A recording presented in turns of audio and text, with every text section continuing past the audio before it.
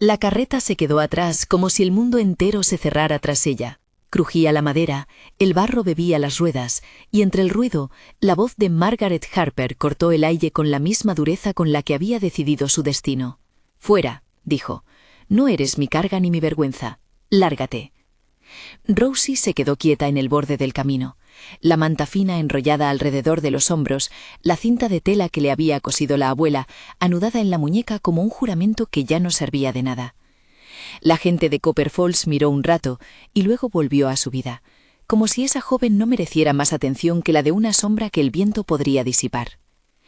El pueblo era un conjunto de fachadas de madera, chimeneas que echaban humo gris y el olor constante a hierro y cuero propio de un lugar que vivía de la mina y del paso de las diligencias. Las voces se volvían duras con el frío y más aún con el chisme. Unos pocos dejaron sus tareas para mirar. Algunos inclinaban la cabeza en gesto de ínfima compasión, otros, con la mirada húmeda, parecían juzgar a la madre antes que a la hija. Rosie tenía 19 años y en su rostro había la mezcla de juventud y algo prematuramente escindido por las noches sin abrigo, por las promesas incumplidas y por el peso de una infancia que no la había sostenido. Margaret volvió al carro sin un pestañeo. Sus manos, acostumbradas a dar órdenes y a cerrar puertas, se deslizaron sobre el tejido como si ordenaran que la vergüenza se ocultara en la manta. «Camina», dijo por encima del borde. No hubo abrazo de despedida. No hubo mirada que preguntara cómo había llegado a ser un problema de la que ya no se hacía cargo. Solo el gesto de un cierre, el golpe de un portazo sobre la posibilidad de arreglarlo todo. Rosie retrocedió hasta la sombra de un establo. La gente empezó a dispersarse. La lluvia fina se volvió nieve y las primeras bolas blancas se pegaron a la cinta que aún conservaban la muñeca. La tela, que era un trozo de esperanza cosido a mano, se empapó y se oscureció. La muñeca de trapo que llevaba, heredada de una abuela que le había hablado en voz baja de otro tiempo, parecía tener más dignidad que la mayoría de las personas que la observaban. Su rostro de hilo y botones, aunque usado, seguía impasible y entero. El frío hacía comprender la crueldad en cada paso. Las puertas de la posada permanecieron cerradas. El posadero, con el aliento vaho en sus manos, negó que pudiera alojar a una mujer abandonada por su propia sangre. En la tienda, la tendera apenas desvió la mirada. Sus palabras flotaron en el aire, mitad condena, mitad excusa. «No somos quien para bancarla», dijo, doblando cuentas como quien lava las manos de cualquier obligación. Un par de niños que jugaban en la plaza se acercaron con curiosidad y luego fueron llamados por sus madres. Las risas se apagaron como ramas bajo la nieve. La noche llegó con un desdén gélido. Los muros de las casas se transformaron en cuerpos que protegían y excluían a la vez. Rosie buscó el refugio más obvio, un porche que daba a la calle principal. Apoyó la espalda en el porche, abrazó la muñeca y notó que sus manos no sentían los dedos. La primera punzada fueron los pies, entumecidos. La segunda, la garganta, que encogida por hambre y por vergüenza, apenas lograba emitir un sonido. La respiración se volvió un hilo de humo. Pensó en la abuela, la voz en el recuerdo que le había dicho que nadie, ni siquiera la sangre, tenía derecho a quitarle la dignidad. Intentó repetirse aquello como si fuera una oración, pero las palabras se helaron en la boca. A lo lejos, un candil se alzó como un faro en la noche. Bajo su esfera anaranjada, dos hombres discutían sobre la próxima remesa de carbón. La indiferencia, en aquel invierno, era un muro tan alto como las montañas que cercaban Copper Falls. Rosie cerró los ojos. Pensó en su madre y en todas las cosas que no habían sido dichas. La miseria contenida en cada gesto. La ira de Margaret que no hallaba cauce más que en el abandono. ¿Por qué?, susurró para sí misma. Una pregunta desnuda que no pedía consuelo, sino sentido. No obtuvo respuesta. Había peligro real en la noche. La nieve, fina al principio, se convirtió en caparazón blanco que sordo enterraba los sólidos humanos. Rosie escuchó su propio corazón como si fuera un tambor lejano. Las manos le dolían por dentro. El frío mordía los huesos. La posibilidad de no ser encontrada a tiempo era una sombra que crecía con cada hora. Intentó moverse, buscar algún rincón menos expuesto, pero el cansancio la traicionó. Al amanecer, su respiración era un grafito que se rompía. La muñeca quedó a un lado, con una de sus costuras abierta como una pequeña herida. Fue en ese momento, cuando el mundo parecía dispuesto a olvidarla, que alguien la vio desde la cumbre del camino. No era un vecino que bajara de Copper Falls, era una figura solitaria que descendía desde la montaña. envuelta en una capa gruesa y con un semblante que parecía tallado por la misma nieve. Tenía la barba cana, ojos que no mostraban sorpresa ni juicio, y llevaba una bolsa de lona sobre el hombro. El hombre se detuvo al borde del pueblo, miró las fachadas y, como si leyera una señal que solo él veía, caminó hacia donde Rosie estaba arrinconada. La primera vez que la tocó fue con manos firmes, cávidas, practicadas en el trabajo. La envolvió en su capa sin prisa, con una calma que no exigía explicación. Rosie, entre sueño y miedo, sintió que esas manos pocas veces habían mostrado gentileza. La sorpresa la hizo llorar. No hubo demasiadas preguntas en aquel primer gesto, solo una voz grave, con acento curtido por los vientos de montaña, que dijo su nombre como la confirmación de que existía todavía para alguien más. ¿Cómo te llamas?, preguntó. Rosie, respondió ella, la palabra ligera como una hoja. Aquel hombre se llamaba Elias Blackthorne. En su rostro había la memoria de pérdidas, pero también la capacidad de ver a quien necesitaba ayuda como un ser humano completo, no como un problema. No era joven, rondaba la cincuentena, tal vez más, y sus gestos eran lentos por costumbre más que por debilidad. No olía a ciudad ni a posadas, olía a leña, a piel curtida y a silencio bien cuidado. Al no verla huir ante su presencia, supo que la urgencia era real. Le habló con pocas palabras, le ofreció sopa en una taza, la ayudó a incorporarse y, sin esperar más, la condujo hasta su trineo. La gente del pueblo miró aquel intercambio como si fuera una escena extraña, un hombre de la montaña y una chica a la que se le había negado la puerta. Rosie subió al trineo como quien acepta una tregua. No preguntó a dónde iban. Había algo en la voz de Elias que imponía seguridad. La cabaña, cuando cruzaron la línea de los pinos, apareció como una mancha cálida entre la nieve, un rectángulo de humo y luz. Elias la asentó frente a la estufa, la cubrió con mantas nuevas y preparó un poco más de sopa con la parsimonia de quien no corre cuando lo urgente ya está siendo atendido. La soledad de la cabaña no era un abandono, eran paredes que protegían. En la pared, sobre la repisa de la chimenea, había un muñeco de madera pequeño, de mano pulida y ojos tallados sin pretensión. Elias lo colocó con delicadeza, como quien comparte una memoria. Rosie lo observó con curiosidad contenida. Esa noche, la cabaña fue un lugar para recuperar la respiración. La sopa palideció, pero calentó el cuerpo. La manta se pegó al alma como una promesa. Elias dejó que Rosie durmiera. Vigiló, sin hacerse notar, hasta que su respiración volvió a un ritmo menos congelado. Ella soñó con la casa de su abuela, con la tela que ataba su muñeca de trapo y con la sensación de que, por primera vez en mucho tiempo, alguien la había recogido sin reproche. Antes de dormirse, sintió una mano ponerle una pequeña cinta en la muñeca. Era la misma tela que llevaba la abuela, reutilizada por alguien que sabía que aquel símbolo importaba más de lo que parecía. Rosie la apretó con la mano dormida y entendió que no era solo un trozo de tela, era un puente.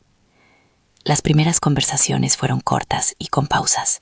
Elias no era hombre de muchas palabras, pero tampoco las evitaba cuando tenían sentido. No preguntó por qué Margaret la había dejado. No la obligó a explicar heridas que aún sangraban en silencio. Le ofreció trabajo y techo, y sobre todo, un trato que raramente aparece cuando una persona ha sido desechada: el respeto. Aquí nadie te exigirá cuentas por lo que otros te hicieron, le dijo una tarde, mientras le mostraba cómo preparar las trampas para conejos y cómo anudar bien una cuerda. Solo queremos que comas, que trabajes lo justo y que estés segura. Rosie, con los dedos aún torpes por el frío reciente, aprendió a atar nudos y a prender un fuego que sí se sostenía. La cabaña tenía rituales pequeños que, con paciencia, fueron reconstruyendo algo parecido a una casa. Había una olla que siempre hervía un poco en la estufa, un banco donde se comía en silencio y una cama que no tenía llantos ni reproches. Elias enseñó a Rosie a afilar cuchillos, a guardar la leña en hileras exactas y a reconocer el canto de los pájaros que aún se atrevían a acercarse en el deshielo. Marta, la cuñada de Elias, no estaba allí en persona, pero sus palabras llegaban en cartas antiguas que él leía en voz alta, como quien comparte los ecos de una familia. Marta había aprendido a recibir, y su nombre resonó en la cabaña como un calor posible. Rosie, poco a poco, dejó de sentir el peso constante de la humillación. Era como si cada tarea completada fuera una mirada nueva sobre sí misma. Al reparar una suela, al arreglar la costura de un guante, al encender la lámpara sin temblores, iba reuniendo una especie de dignidad que nadie le había devuelto en Copper Falls. Su muñeca de trapo encontró compañía. El pequeño muñeco de madera de la repisa y la cinta de la abuela compartieron un lugar en la mesa. Elias, al ver cómo ella se detenía a observar esos objetos, contó en una voz baja y contenida que había perdido a su mujer y a su hija hacía años, que la cabaña conservaba los símbolos de una memoria que dolía y que, sin embargo, también tenía espacio para cuidar. No hubo gestos grandilocuentes, solo una sucesión de actos cotidianos que sirvieron de medicina. Elias no pronunció sermones, no la miró como quien espera gratitud eterna. Le indicó la manera correcta de sentar un animal herido. Le enseñó a distinguir qué plantas eran comestibles en primavera y cómo, con paciencia, se podía domar el miedo. En una tarde de lluvia, Rose intentó contarle a Elias la historia de la cinta que su abuela le había dado. Le habló del olor a lavanda, de las manos pequeñas que la ataron con prisa, de las historias de mujeres que no se rendían. Elias la escuchó sin prisa, y cuando ella terminó, dijo algo que no era consuelo ni sentencia, sino reconocimiento. Si la llevas contigo, es porque aún te pertenece. En esos días, Copper Falls quedó como una mancha lejana que a veces se dibujaba en la conversación de algunos viajeros. Las noticias llegaban a cuentagotas. La mirada inquisitiva del reverendo, los susurros de la tienda, el rumor de que Margaret Harper había dicho que había hecho lo correcto. Esas palabras llegaban como piedras. Rosie las recibió a su manera, no con venganza, sino con una creciente certeza de que la vida no se limitaba a la condena de unos cuantos. Elias, por su parte, parecía rejuvenecer en aquello que es más difícil de medir, la voluntad de implicarse en la vida de otro. No lo hizo por lástima ni por espectáculo.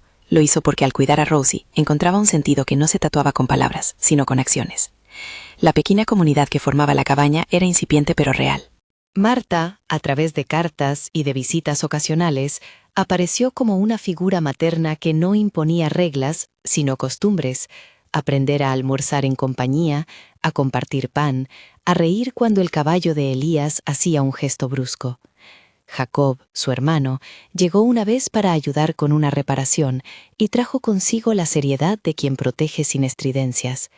Con tiempo, Elías dejó entrever la posibilidad de que Rosie tuviera más que ese techo provisional, un lugar no solo para sobrevivir, sino para pertenecer.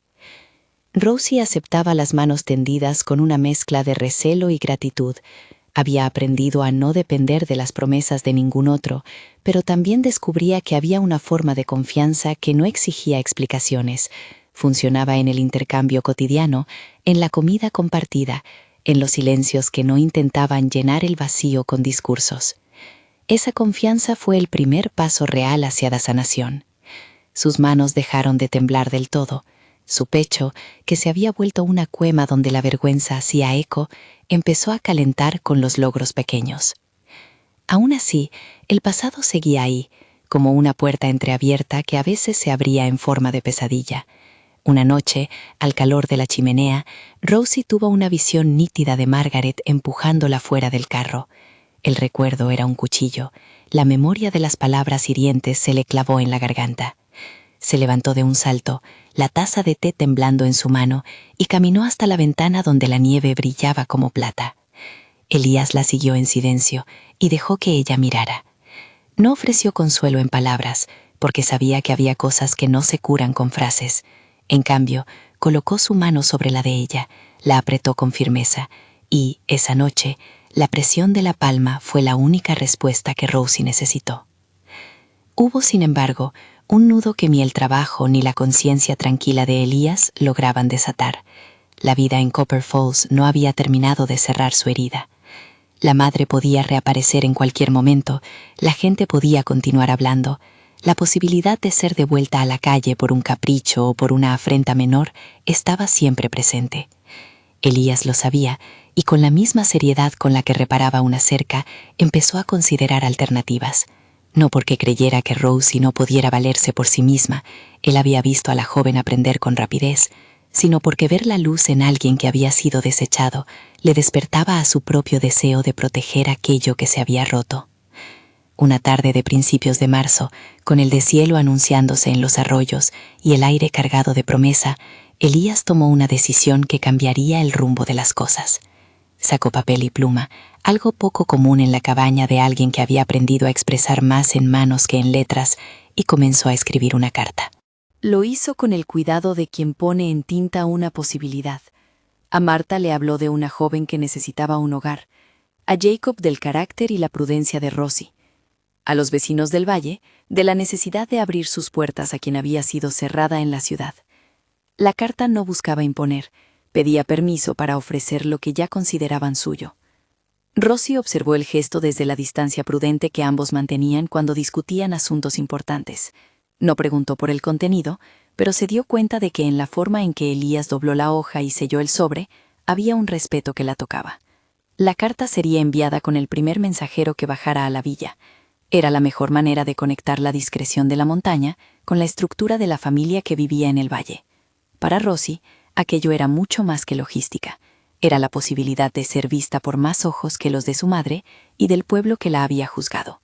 Tal vez, por primera vez, alguien decidiría manifestarse no para reclamar, sino para acoger. Aún así, la decisión no eliminaba la tensión que permanecía como antecedente. ¿Cómo recibiría Margaret la noticia de que la joven que había echado no solo sobrevivía, sino que encontraba compañía? ¿Qué dirían los que preferían dejar a la gente a su suerte? La carta enviada representaba una apuesta por la fuerza de los vínculos elegidos frente a los lazos quebrados por la sangre. Esa tarde, cuando el emisario emprendió el camino bajando entre pinos, Rosie se sentó al borde de la repisa junto a la pequeña muñeca de madera. La cinta de la abuela, ahora seca, brilló con un color renovado. Ella pensó en su abuela, en la casa pequeña donde aprendió a tejer y a contar historias de mujeres que no se callaban ante la injusticia. No sabía qué vendría después. Había una línea clara entre el pasado que la había lastimado y el presente que la protegía, pero más allá de ese presente, había un mundo todavía por construir. Mientras el emisario desaparecía tras la curva del sendero, la cabaña se quedó en silencio. Elías encendió la lámpara y por un rato los dos se sentaron a la mesa sin necesidad de hablar. Afuera, la nieve apenas comenzaba a ceder ante la promesa de la primavera. Dentro, una pequeña llama hacía que el rostro de Rosie se viese menos como una víctima y más como alguien que empezaba a tener espacios para crecer. La noche, sin embargo, conservaba su misterio. La carta podía traer buenas noticias o desafíos imprevistos. Era una bifurcación, y en la inquietud que la acompañaba, había también un alivio que Rosie no había sentido en años. Elías dejó su taza a un lado y miró a Rosie con una seriedad afable. «No estás sola», dijo, no como consigna, sino como certeza que se iba a sostener con acciones. Ella asintió, aunque por dentro una pequeña voz todavía dudaba. La historia no había terminado. Había salvación en manos ajenas y la promesa de una familia que podía abrazarla. Pero también quedaban cuentas pendientes. La mirada de Copper Falls, la sombra de Margaret, el lugar en el que se forja una identidad después de la humillación.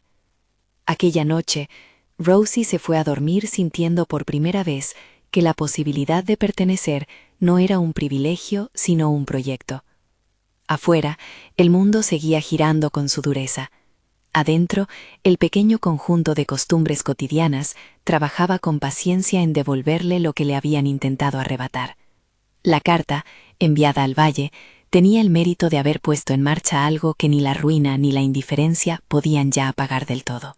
La montaña, con su manto blanco todavía recién, guardaba el secreto de que en su cabaña alguien estaba aprendiendo a recibir y a dar, y que la vida, a veces, renace en la repetición de actos sencillos.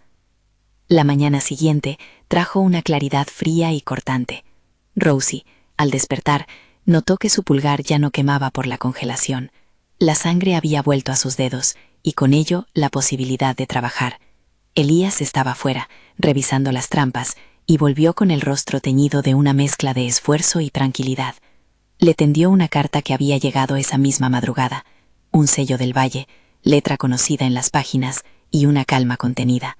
«Han respondido», dijo, sin mayores celebraciones. Rosie sintió que algo dentro de ella se tensaba y a la vez se aflojaba, como un arco preparado a disparar. No era una conclusión, era un umbral. La carta prometía una visita, una conversación en el rancho Blackthorn y la presencia de Marta y Jacob para conocerla. Pero antes de que pudieran decidir cómo proceder, aún quedaban pasos que dar. El regreso a la aldea para recoger cosas, la posibilidad de enfrentarse a miradas viejas y a preguntas no formuladas. La idea de volver a Copper Falls llenó a Rosie de un frío diferente, no solo el del clima, sino ese que proviene de pensar en la propia historia puesta al descubierto. Elías, Con la serenidad de quien ha pensado en esto antes de tiempo, no apuró las decisiones. Tomó una manta, una bolsa con pan recién horneado y la pequeña muñeca de madera. «Iremos cuando estés lista», dijo. La frase no estuvo cargada de dramatismo. Era una declaración práctica. Había opciones y el tiempo para elegirlas.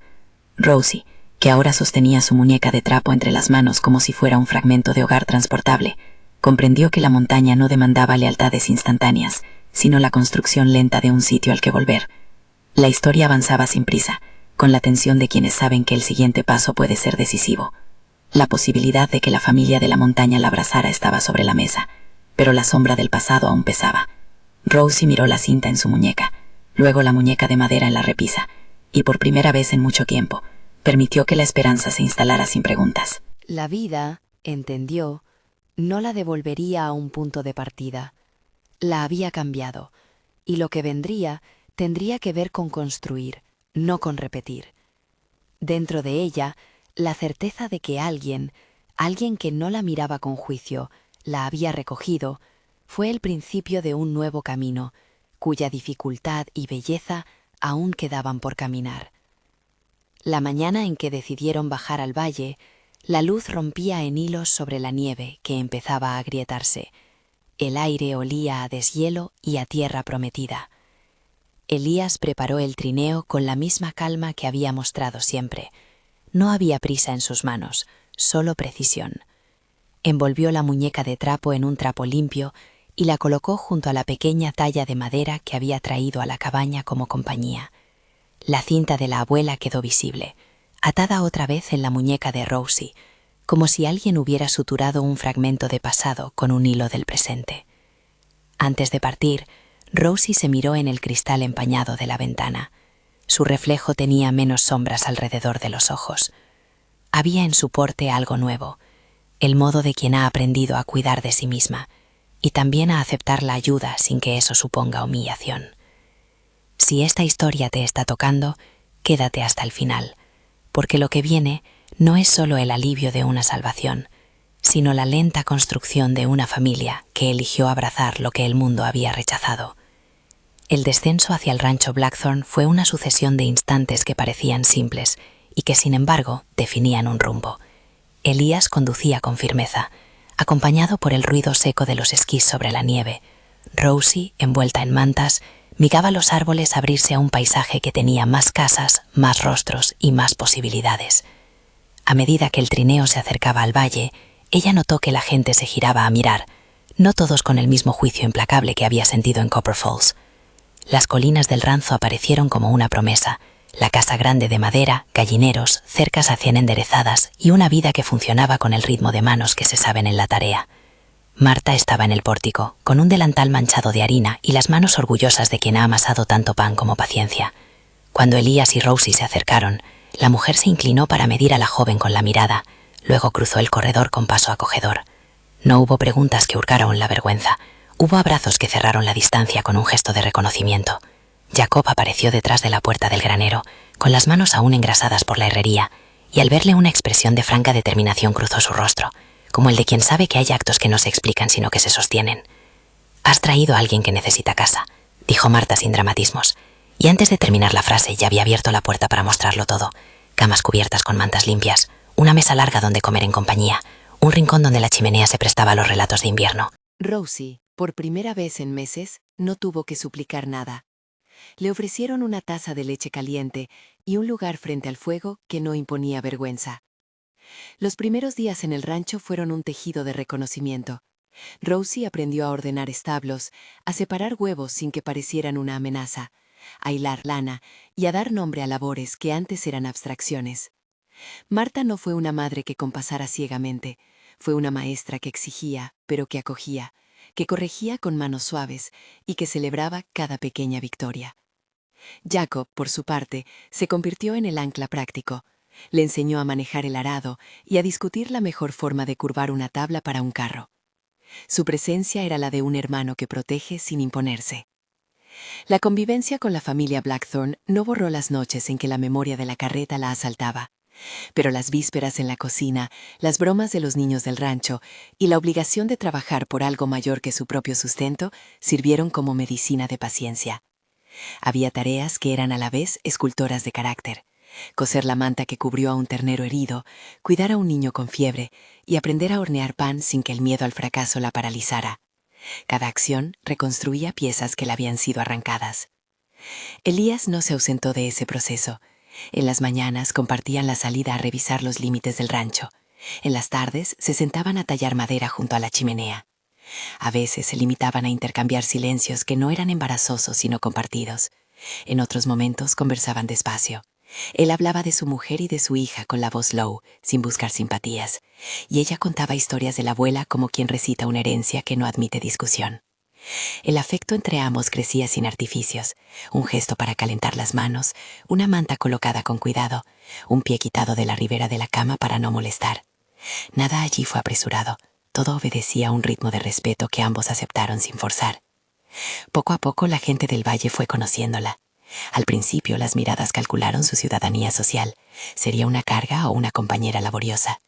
El reverendo Thomas, hombre de voz grave y criterio templado por los años, acudió al rancho más de una vez para ver cómo se encontraba la joven, y salió con la sensación de que aquello que se había roto estaba siendo soldado con actos concretos.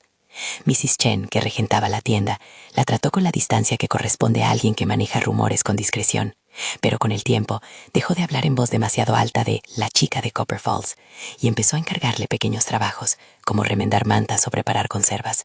Pagó por manos donde la gratitud no pesaba como obligación. Elías, Marta y Jacob no ocultaron un rasgo que había definido la cabaña desde el principio: proteger a quien eligieran como parte de la familia. Si alguien en el pueblo se acercó a juzgar, el rancho contestó con normalidad y con fuerza serena. No hubo enfrentamientos violentos, sino contención firme. La comunidad aprendió que allí se recibía a quien necesitara reconstruirse y que quienes quisieran continuar con el juego de desprecio tendrían que hacerlo con otra densidad moral. Rosie abrió también su voz. No fue un discurso grandilocuente, sino frases sencillas dichas en el patio, delante de la mesa de trabajo, cuando alguien preguntaba por su pasado. «No vine para pedir limosna», dijo una tarde, mientras lavaba los platos a la luz del crepúsculo. «Vine a aprender a quedarme». Fue esa simple declaración la que cambió miradas. Muchas personas la vieron de pronto como una joven que reclamaba un espacio no por compasión, sino por derecho a construir su vida. En la intimidad de sus pensamientos, Rosie a veces volvía a la pregunta que la había perseguido desde el abandono: ¿qué había llevado a Margaret a cerrarla a cal y canto? No halló un único motivo. Con el tiempo aprendió que las personas son campos de motivos varios: miedo, orgullo, falta de recursos, deseo de salvar su propio nombre. Margaret no era un villano sin capas, era alguien con heridas propias, y esa lectura ayudó a la calma que la acompañó cuando, inevitablemente, la vida situada en el valle acabaría por provocar un reencuentro. El invierno dio paso a una primavera que fue a la vez literal y metafórica. La nieve se retiró, dejando rastro de barro dorado. Los pájaros regresaron con un mucho más de canto. Los niños del rancho hicieron carreras, y Rosie se sorprendió riendo de manera que no recordaba haber hecho desde la infancia. Ella había aprendido a labrar, a coser, a leer el tiempo por la disposición de las nubes. Había también una levedad nueva en su paso.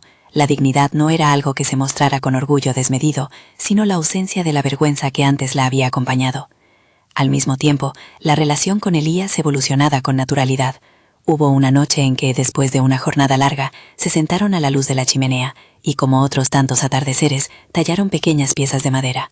Ella trabajó en una pala diminuta y él en un anillo rústico tallado de nogal, un gesto tradicional que en la montaña servía como promesa íntima. Cuando él le mostró la pieza, explicó que se trataba de un anillo sin pretensiones, hecho con la madera de un roble que había plantado con su esposa. Sus dedos lo sostuvieron con reverencia, y Rosie sintió que la decisión sobre el porvenir se debatía ahora entre ellos dos con la misma naturalidad con que repartían tarea y descanso. No hubo una sola conversación en que todo se decidiera de golpe. La propuesta de un matrimonio fue una construcción compuesta por pequeñas negociaciones: hablar de seguridad, de la posibilidad real de que ella tuviera su nombre en la casa, de lo que significaba dejar la cabaña, su primer refugio, para vivir en la casa principal del rancho, de si ella tendría voz en la administración de los bienes, de los cuidados en la vejez. Elias no levantó barricadas sobre su voluntad, propuso y preguntó. Rosie aceptó con la misma madurez con que había comenzado a atender sus obligaciones, no por necesidad exclusa, sino por elección consciente. Ambos acordaron que el matrimonio, si llegaba, no sería una corrección a su pasado, sino una forma nueva de nombrar el compromiso que ya existía entre ellos. La noticia del compromiso circuló sin fanfarrias. Marta sonrió con la tranquilidad de quien veía confirmada la llegada de quien había venido a quedarse. Jacob, que siempre prefería la acción a las palabras, arregló una habitación junto a la casa principal y se encargó de hacer bancos y mesas adicionales para la celebración que habría de organizarse de modo sencillo. La comunidad respondió con regalos modestos pero significativos: una manta hecha a mano, un frasco de compota, una cesta de manzanas. La boda, cuando llegó, fue sobria y sentida. No hubo oropeles, solo testimonios de apoyo y la bendición de aquellos que habían visto a Rosie transformarse. La ceremonia tuvo lugar en la pequeña capilla del valle y en la mesa principal del rancho, donde la comida se extendió con generosidad. El anillo de Elias, en efecto tallado en madera y luego reforzado con una banda de hierro forjado por Jacob, simbolizó la mezcla de memoria y futuro. Rosie no llevaba velo, vestía una falda sencilla que ella misma había cosido durante los meses anteriores, y en la muñeca, la cinta de la abuela. Cuando pronunció la palabra sí, no fue un gesto de entrega desesperada, sino una firma consciente sobre un proyecto que ya se había empezado a hacer realidad con actos y silencios. La comunidad del valle celebró con una mezcla de admiración y alivio. Algunos, todavía incrédulos, se acercaron a felicitarla con dudas, más por una costumbre social que por convicción, pero la mayoría lo hizo con ternura, y las personas que antes habían mirado con dureza, ahora la miraban como a alguien que había encontrado su sitio. Elias, por su parte, mostró una ternura que no pertenecía a gestos heroicos, sino a detalles constantes: arreglar una ventana rota, disponer su chaila para que ella afilara sus herramientas, aprender alguna receta nueva para el gusto de Rosie. Los años siguientes trajeron la inercia feliz de una familia que se expande con trabajo y afecto. La primera hija nació una madrugada entre niebla y canto de piedras rodantes. La llamaron Luz porque su llegada pareció desatar la claridad que la casa había guardado durante mucho tiempo. El parto, asistido por Martha y por la comadrona del pueblo, fue una escena de esfuerzo y de milagro humano. Manos que trabajaron juntas, respiraciones que se coordinaron, la sangre y la ternura mezcladas en la habitación. Cuando Rosie sostuvo a Luz por primera vez, lloró sin rubor. Esa lágrima no era de derrota, sino de cumplimiento. Había llegado a un puerto que ella misma había ayudado a construir. Ser madre le permitió a Rosie ver su propia historia desde otra perspectiva. Reconoció en el llanto de Luz ecos de alguna soledad antigua, pero también una posibilidad de deshacer ciclos. Elias estuvo a su lado con una presencia que no era heroica, sino cotidiana. Cambió pañales a la luz de la luna, meció a la niña cuando los nervios la sacudían, y en las noches en que el sueño era esquivo, cantó canciones de la montaña con una voz que era sorprendentemente dulce. La muñeca de trapo y la pequeñísima talla de madera encontraron un lugar en la balda junto a la cuna. La cinta de la abuela, atada ahora en un pequeño cofre, aguardaba los días en que Luz podría recibirla. Con el tiempo vinieron más hijos y más historias cotidianas, las risas en la mesa, la discusión por quién arregla el techo, la llegada de cartas y visitas. En el rancho, el nombre de Rosie dejó de ir detrás de una etiqueta vergonzante y empezó a ser pronunciado como el an de referencia. «Rosie, ¿puedes echar un ojo al granero? Rosie, trae algo de pan para la mesa». Era un reconocimiento que no borraba el pasado, pero que lo sobrepasaba con una nueva realidad. El día en que Margaret reapareció, nadie lo esperaba. Fue una mañana templada de final de verano. La campana del pueblo sonó y alguien avisó que una mujer pedía paso en la tienda central. Cuando Rosie fue a comprar harina, la vio al otro lado del mostrador. Margaret Harper, más delgada, con la piel curtida por años de trabajo duro o por remordimiento, con una expresión que oscilaba entre la arrogancia que la había definido y una vulnerabilidad no resuelta. El rumor se extendió como pólvora discreta. La tienda quedó en silencio hasta que alguien, con la voz clara o por simple curiosidad, preguntó en voz baja: «¿Esa es la mujer que la dejó en la carreta?» Rosie sintió que algo en su pecho se tensaba. No era pánico, sino una concentración fría. Había ensayado para sí misma varias respuestas: la indiferencia, la venganza, la lástima. Pero cuando Margaret la miró, la joven escogió la dignidad. No levantó la voz, no buscó humillar. Se limitó a sostener la mirada y a preguntar con calma: «¿Qué haces aquí?». Margaret por un momento pareció perder la voz. Luego, con una mezcla de resistencia y necesidad, respondió que venía a pedir ayuda, que la vida la había golpeado y que no tenía dónde ir. La reacción del pueblo fue variada. Algunos murmuraron sobre justicia y destino, otros recordaron las versiones que Margaret había alimentado para justificar su acto cruel. Elías y Marta, que vivían cada día la experiencia de haber acogido, se situaron inmediatamente en la escena no para imponer, sino para proteger el orden humano. Elías dio un paso al frente y dijo, en voz serena y alta, lo que muchos pensaban en secreto: «Esta casa no busca venganza ni lágrimas obligadas, buscamos verdad y responsabilidad». Marta añadió que en su hogar había siempre lugar para quien quisiera reparar, pero que la reparación debía tener rostro y palabra. Fue entonces cuando Rosie habló con una claridad que sorprendió a los presentes. «No vine aquí para castigarla», dijo. «Vine a aprender a quedarme. No necesito que me pida perdón para vivir». La frase fue una exhalación que cerró el asunto para muchos, para otros abrió una herida. Margaret, que había esperado posiblemente una reacción de súplica o de enfrentamiento, se encontró con la inercia pacífica de la que había sido víctima. Su hija no quería devolverle el poder de humillarla otra vez. La mujer, vencida por la torpeza de años, pidió una explicación. ¿Por qué no la consideraban suya? Entonces Rosie, con la voz más firme de lo que ella misma pensaba, proclamó algo que ya había experimentado en el abrazo del rancho. La familia no se mide por la sangre que abandona, sino por las manos que se quedan. No gritó, no humilló. Su declaración fue una elección de autonomía. Elías y Marta sostuvieron el silencio, y el pueblo fue testigo de la transformación de la joven que había sido dejada al borde del camino. Ahora dictaba los términos de su propia vida. Margaret, enfrentada a la imposibilidad de recuperar lo que había perdido por orgullo o por miedo, se alejó sin dramatismos. No hubo linchamientos ni venganza pública. Tuvo, eso sí, el peso de su acto y una mirada social que la reubicó. Para Rosie fue un cierre. No necesitó sentir lástima por la mujer que la había dejado. Necesitó, más bien, reafirmar que su dignidad era un fruto que no dependía del perdón de quien la había amputado. Con ese capítulo cerrado, la vida en el rancho continuó con su cadencia. Las estaciones siguieron su curso, la familia se expandió y la casa se llenó de sonidos. Pasos acelerados, risas infantiles, puertas que se cerraban con confianza. Rosie se convirtió en un pilar de la comunidad. Enseñó a otras jóvenes a coser, a los niños a respetar el trabajo y a los hombres a no confundir autoridad con dominio.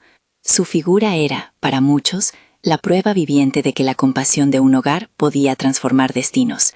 Elías envejeció con la serenidad de quien ha encontrado una razón para seguir. No dejó de mostrar la tristeza por lo que perdió, pero esa pena se fue equilibrando con la gratitud por la familia que se formó. En las noches de invierno, cuando la nieve canturreaba en los tejados y los niños dormían, ellos se sentaban frente a la chimenea, Rosie con la cabeza apoyada en su hombro y él con las manos que aún son capaces de trabajar. Conversaban de maneras donde la ternura se decía con pocas palabras. Él le entregó a ella la carta que conservaba, la que había escrito al inicio de su llegada, y ella le devolvió una promesa que no necesitaba adornos. El tiempo fue colocando las piezas en su sitio. La cinta de la abuela quedó finalmente enmarcada en un cofre para Luz, quien ya era suficientemente mayor para escuchar la historia de la abuela, que había cosido la tela con esperanza. El muñeco de trapo fue arreglado por Rosie, y ahora jugaba con sus hijos en el patio. La pequeña talla de madera, que había significado compañía en la cabaña, representaba ahora la continuidad de la memoria, y estaba siempre a la vista en la repisa del comedor. En el ocaso de su vida, Elías miraba a la familia con la tranquilidad que da la certeza de haber protegido algo valioso. No buscó redención en palabras, sino en actos. Dejar la casa en orden, escribir instrucciones para mantener el rancho, enseñar a sus hijos a respetar la tierra. Cuando murió, muchos acudieron al rancho. Se hizo una pequeña ceremonia donde las manos trabajaron y los corazones recordaron. Rosie, ya una mujer con canas en el cabello y arrugas en las manos, sostuvo la mano de su esposo hasta el último aliento, y en esa despedida no hubo tragedia irrefrenable, sino la aceptación de un ciclo que había comenzado con la compasión. La comunidad la acompañó en aquel duelo, y con el tiempo la vida volvió a ocupar los espacios vacíos. Las mañanas se mantuvieron llenas de trabajo, las voces de los niños recuperaron la casa. Rosie educó a sus hijos con la misma mezcla de firmeza y ternura que ella había recibido. Les enseñó que la dignidad no se mendiga y que la familia es sobre todo elección diaria.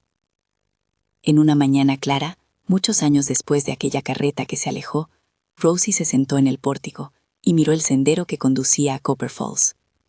La cinta de la abuela, ahora empapada de memoria pero intacta, reposaba en su mano. Junto a ella, una niña pequeña jugaba con la muñeca de trapo, y a lo lejos se veían las siluetas de sus hijos caminando hacia el granero. El rancho olía a pan recién hecho y a leña. La nieve, que alguna vez había sido amenaza, ofrecía ahora su brillo como metáfora de luminosidad recuperada. Recordar no significaba volver a sufrir.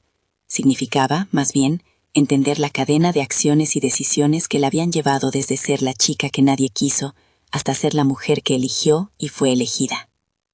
Rosie cerró los ojos y por un instante oyó la voz de su abuela en un eco cálido. «Te lo dije, pequeña, hay manos que no fallan». Sonrió. En el fondo sabía que no todo había sido reparado por una sola acción. La sanación había sido lenta, hecha de costuras invisibles y de paciencia.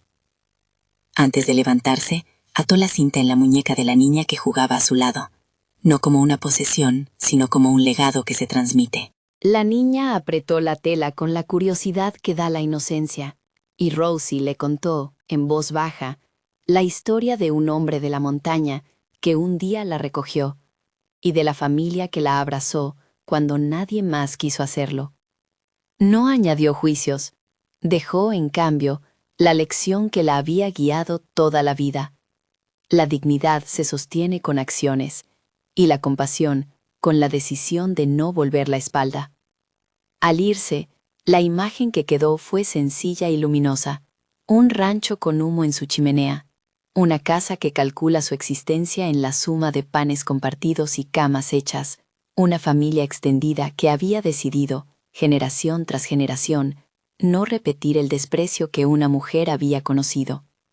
La cinta de la abuela, la muñeca de trapo y la talla de madera siguieron en su sitio, como reliquias cotidianas, testigos de que algo frágil puede fortalecerse con manos constantes.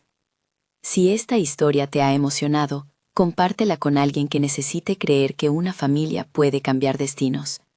Suscríbete para escuchar más relatos donde la ternura cotidiana vence a la indiferencia. Rosie cerró la puerta del pórtico y por un momento escuchó el crepitar familiar del fuego. Se quedó un instante mirando la chimenea donde tantos años atrás había aprendido a calentarse sin humillarse. La casa respiró con la cadencia de los cuerpos que la habitan. Y la vida, esa vida que había empezado con abandono, siguió su marcha. Nueva, elegida, y con la certeza de que no hay destino que no pueda ser transformado por la decisión de alguien que ofrece su mano. La montaña, que una vez los había protegido con su silencio, miró desde lo alto, como si guardase el secreto eterno de que allí, donde otros dejaron de mirar, alguien aprendió a ver.